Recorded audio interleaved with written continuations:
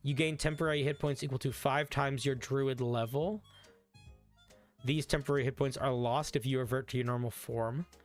While you're in your beast form, your natural weapon attacks deal an extra 1d4 force damage on a hit. And it increases at level 5. Blah, blah, blah. Interesting.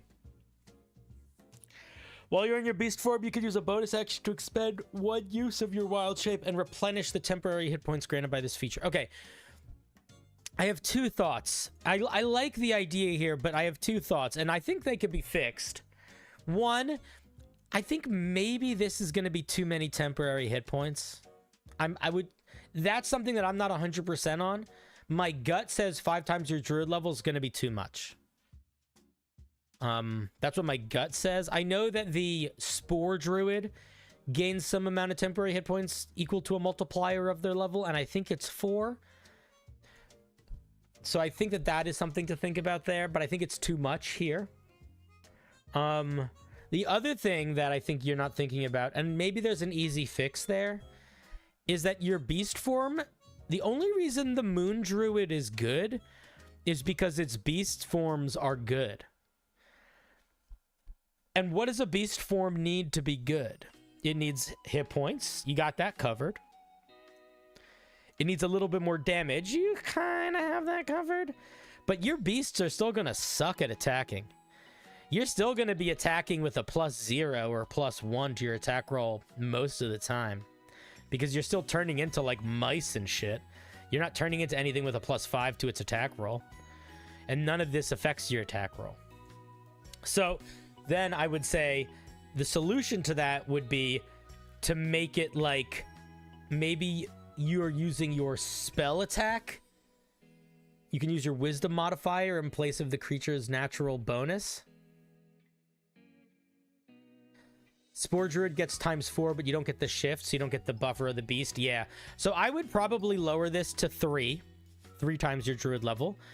I think the damage is probably okay, if not a little weak. And I would allow you to attack with your wisdom modifier instead of whatever the fuck they normally attack with. And then the other thing is I would completely remove... I think you got to remove the bonus action and the bonus action healing. Those just feel like you're just copying the Moon Druid. You shouldn't copy the Moon Druid. Make something new. So this is cool and neat. Great. Get rid of this bullshit.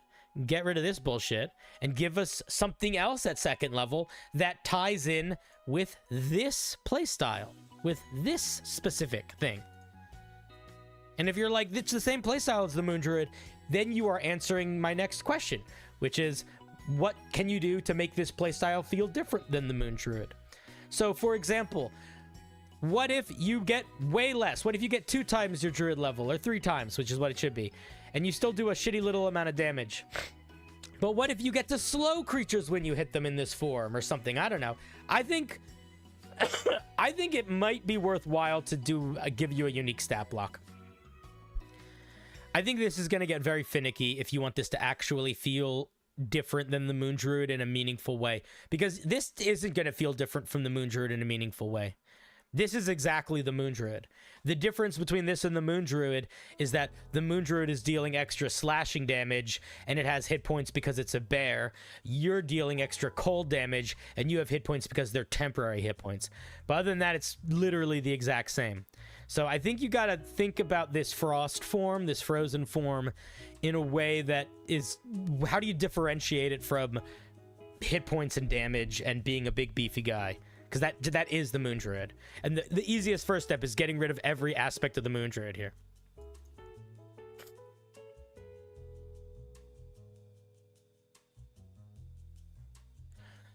Moon Druids might have more, but it depends on the Moon Druid. It depends on what they're turning into. This has those hit points with whatever they're turning into. And again, it's like, that's the whole Moon Druid's thing. Make your thing different. If you're gonna, like, if I wanted to be a Frosty Moon Druid with this ability, I would just ask my Dungeon Master if I could be a Moon Druid and I could make my attacks cold. You know? And if they said no, I'd punch them in the nose. Winter Warrior. Your affinity with the winter landscapes grants you special benefits. You have resistance to cold damage. Sure, fine. Additionally, you can ignore difficult terrain created by snow, and that's fine. This is very much a ribbon feature. Finally, when you're in your beast form, your natural weapons count as magical. Literally, we don't get a 6th level feature. Who sent this in? Suitable? Suitable. I appreciate what you're going for here, but you have given us 3 ribbon features. Well, 2 ribbon features and 1 quality of life feature at 6th level, but you haven't given us any actual features.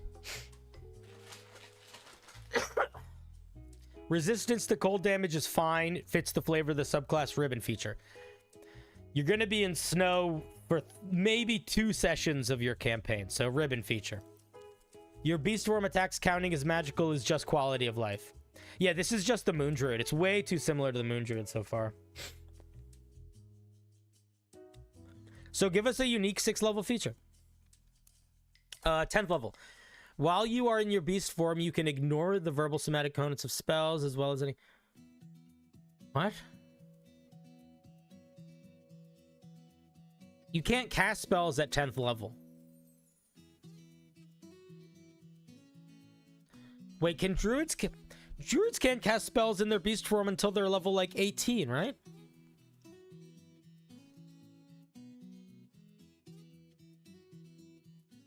Am I misremembering that? Is there a thing that druids get earlier?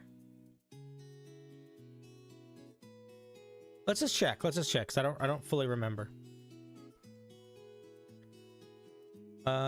Beast spells. Yeah, 18th level.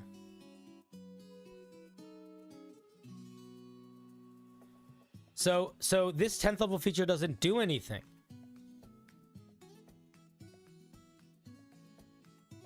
So this is nothing. This is giving us something that will have no impact on us until 18th level, and then at 18th level we get a feature that does this already. This is not letting us cast spells. This is not letting us cast spells. This is just letting us ignore components of spellcasting. But we still do not have the ability to cast spells in our beast form. We don't get that until 18th level. So this just does nothing. Additionally, immediately before or after you cast one of your circle spells, elemental cold swirls around you. Creatures of your choice that you can see within 10 feet of you take 2d6 cold damage. Oh, Wild Shape only stops you from using the somatic and verbal effects? Ah, maybe I misunderstood. If that's the case, and this just gives you access to the Druid's 18th level feature, then duh, this is broken. So again, this needs to go. It either needs to go because it does nothing, or it needs to go because it's giving us an 18th level feature at 10th level. One of the two. You can pick whatever you want. Either one is a totally reasonable reason for this needing to go.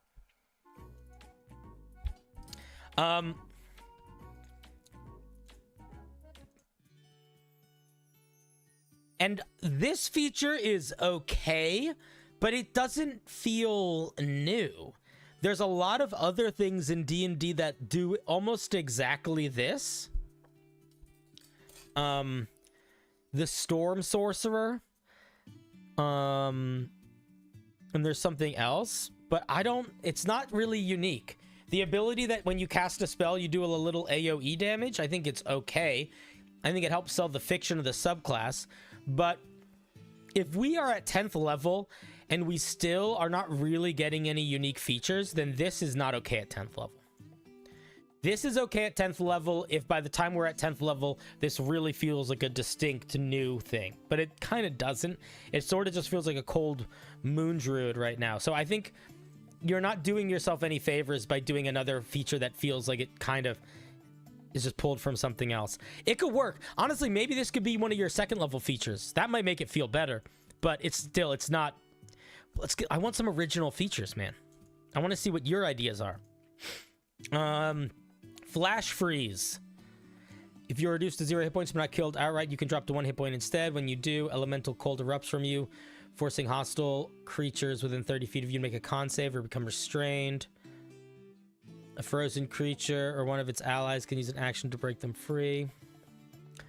How does this tie into the concept of the subclass outside of cold? Kind of doesn't. Feels kind of random. I don't know why we're getting explodey cold damage at the end. The Celestial Warlock gets a feature like this, where they erupt in flames.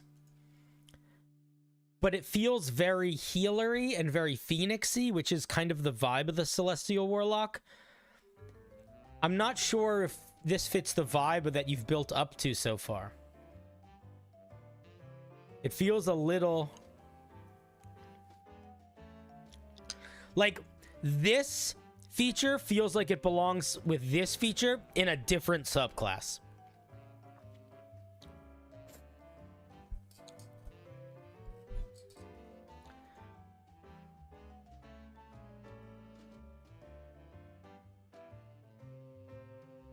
So I think that if I were you, I would do what I could to try to make this thing stand out and kind of be unique on its own 2 feet.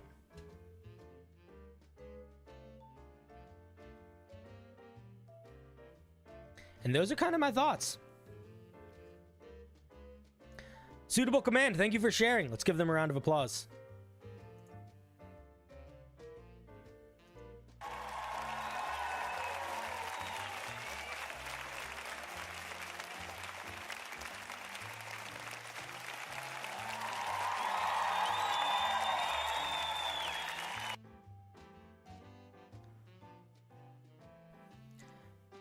Is there any subclass that I think needs to be reworked? Off the top of my head, no. Maybe the dragon blood sorcerer. Here's what I'd say. There aren't any subclasses that need to rework that I have any interest in seeing ever again. I don't care. The Beastmaster does not need to be reworked. Have you seen Tasha's? Have you played the Beastmaster since Tasha's Guide to Everything came out? The Beastmaster is one of the better DPS characters with that. Beastmaster is just good with Tasha's. And I would say the Dragon Sorcerer definitely needs to be reworked, but I also would say I think I've seen a million Dragon Sorcerers and I don't care anymore, and they're boring. They're never original. They're always exactly the fucking same, and I'm tired of looking at them. So, no, I'm done with reworks. You can send one if you want, but it's essentially deciding to play the game on hard mode.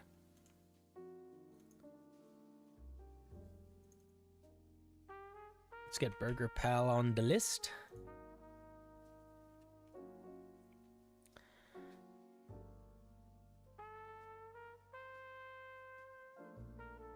I don't count anything in the Sword Coast guide as ever existing.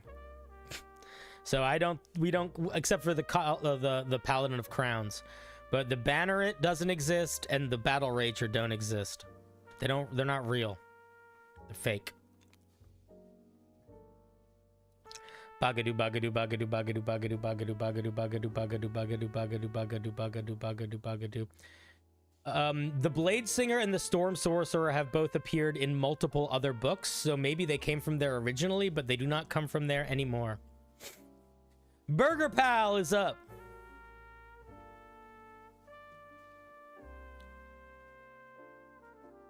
Hey! The goal was to port Genji's abilities from Overwatch. He can dash through heroes in the game, doing damage, and upon them dying, he can do it again. That's too powerful for D&D, so I'm attempting to adjust. Reflect reflects any projectile in the game, but again, that needed tuning. I included 2 rarities that can be employed at rare and very rare levels with slight tuning changes. Is this a magic item?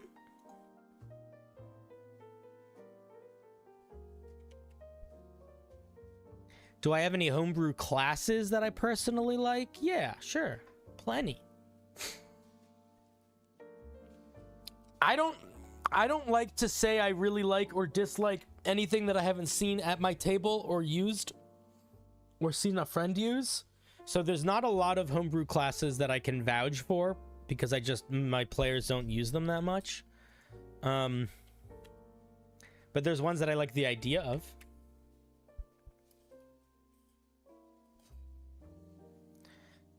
All right, let's take a look at Wind Carver. So you didn't tell us which one to look at, which means we will look at the... Did you tell us which one to look at? Nope. All right. So we'll just look at the first one. Wind Carver.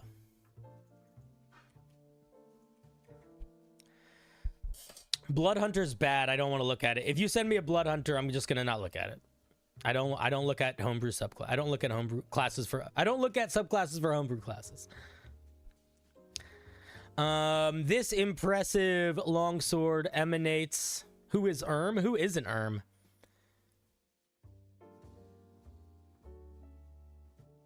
This impressive longsword emanates a faint sound of a dragon's roar. You have +1 to attack and damage rolls with it. This doesn't need to be a bullet point. It has 3 charges. While tuned to the sword, you can expend a charge. It regains 1d3 charges daily at dawn. As a bonus action, you can move up to 10 feet in a straight line and make 1 weapon attack. This movement doesn't provoke opportunity attacks. The target is reduced to 0 hit points before the start of your next turn. You regain your reaction and can teleport back to your starting position.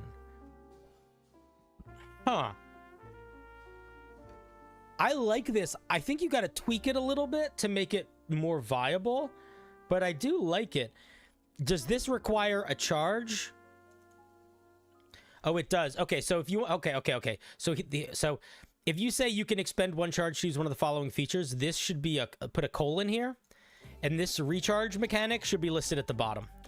You want it to say you can expend a charge to cast one of the following features, and then you immediately want to show the following features. You don't want this middle sentence, because it kind of messes up the flow of the person who's trying to understand what it is. So tweak that, and that'll just be clearer. Okay, so it's 1 charge. Okay, here's what I would say. I would say... I have two suggestions here. 1, you could kind of make it more like the Genji feature, where you could say you can immediately move up to 10 feet in a straight line and make 1 melee attack. Doesn't provoke opportunity attacks.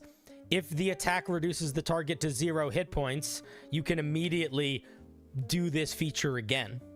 I think that is okay. You could even say, you know what you could do to make it balanced? You could make it cost a charge to reuse every time. So you could say you could immediately use the charge to use this feature again. So it would still be quite limited in use. Or you could limit it by it can't be used infinitely. So maybe make it like once it's used twice, then it's done. So it can pop, but it can't pop. I think either of those options is reasonable.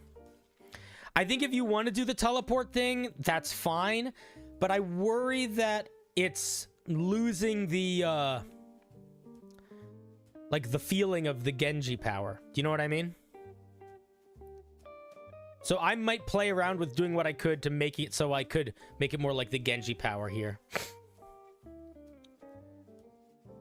If the target is reduced to 0 hit points, you can spend another charge to use this effect again as part of the same reaction. Yeah, I think that's fine. No, that's dude. Being worried that it's OP is fine. But I think that the key is as long as it's charge based, I think it's good. If you do that, you could also, I think, increase the range. I would make it 15 feet. All right, let's look at deflect.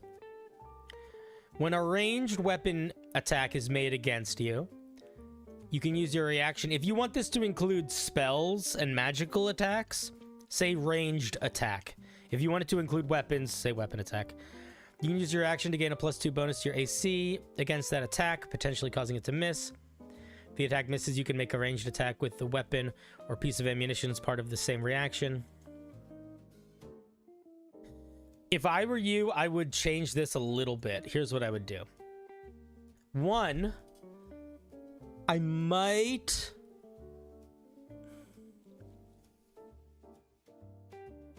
Here's the thing. Who's using this weapon? Maybe that doesn't matter. Man, if I was making this for a home game, I would go in a bunch of different directions depending on if the player was a monk or not.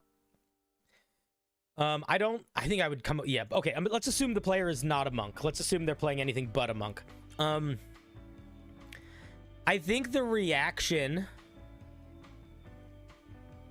Well, it's not exactly a stolen monk ability. You took some important stuff out, I think, that I would put in it if it's not for a monk. So like, I think the bonus to AC is fine. I might make it up a little higher. I think 2 is kind of low. 2 is not low, but I think for this, what you want this weapon to do, I think it is. And I think that the damage that it shoots back should not just be the projectile.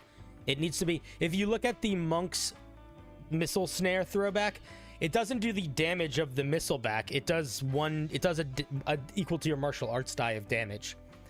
So it should probably be more like that. It should pick an amount of damage it does back. It does 1d10 force damage back or something.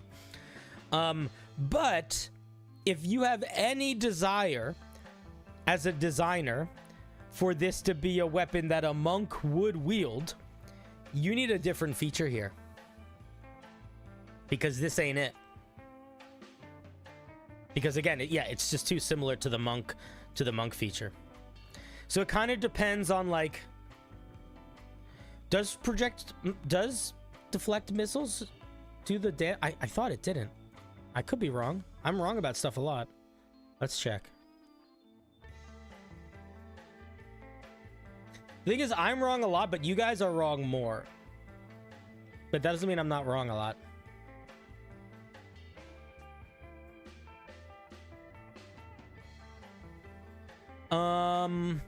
Let's see. No, it doesn't. It does your martial arts die for damage because it counts as a monk weapon.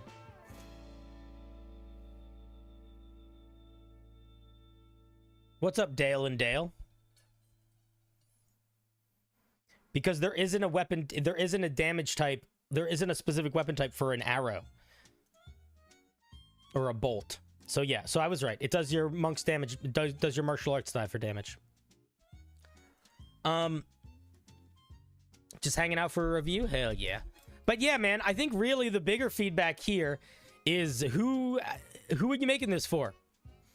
What's your goal for who would wield this?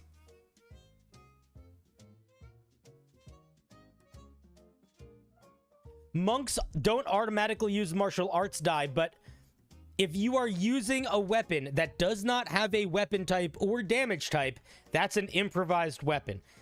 And if that counts as a monk weapon for you, it is always better to use your martial arts die. Because when you are using the deflect missiles ability, there isn't a damage type for an arrow because an arrow is not a weapon. An arrow is an ammunition. So throwing a piece of ammunition does not make it do a specific damage type.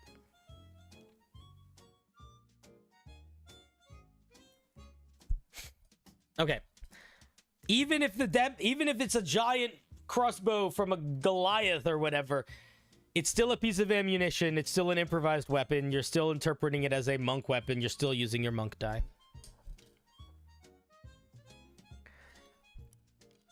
I didn't build into the attunement, so it's flexible as is. Oh, I understand that it's flexible, but it's kind of not. Because this is just a monk feature. That's what I'm saying. What I'm saying is, if you want this to be truly flexible, I think you got to play around with exploring this feature in a way that doesn't feel so similar to the monk feature. And that's my feedback. I think it's a fun item. I think you underestimated its. I think you overestimated its power. I think you were worried, and that worry was reasonable. But I think you handled it fine. I think you can boost the power of this a little bit, and keep this pretty much the same if you want. Again, I think you do need to list what sort of damage it's doing when it hits back, as we had a little rant about before. But I also think that it might be worth playing with doing something different with this feature. All right, thank you very much for sharing. Let's give Burger Pal a round of applause. Burger Pal, in the future, if you want me to look at a specific one, please tell me which one you want me to look at. Because if you send me a document with a handful of things in it, I just look at the first one. Thank you very much. Honestly, very straightforward item that mostly just works.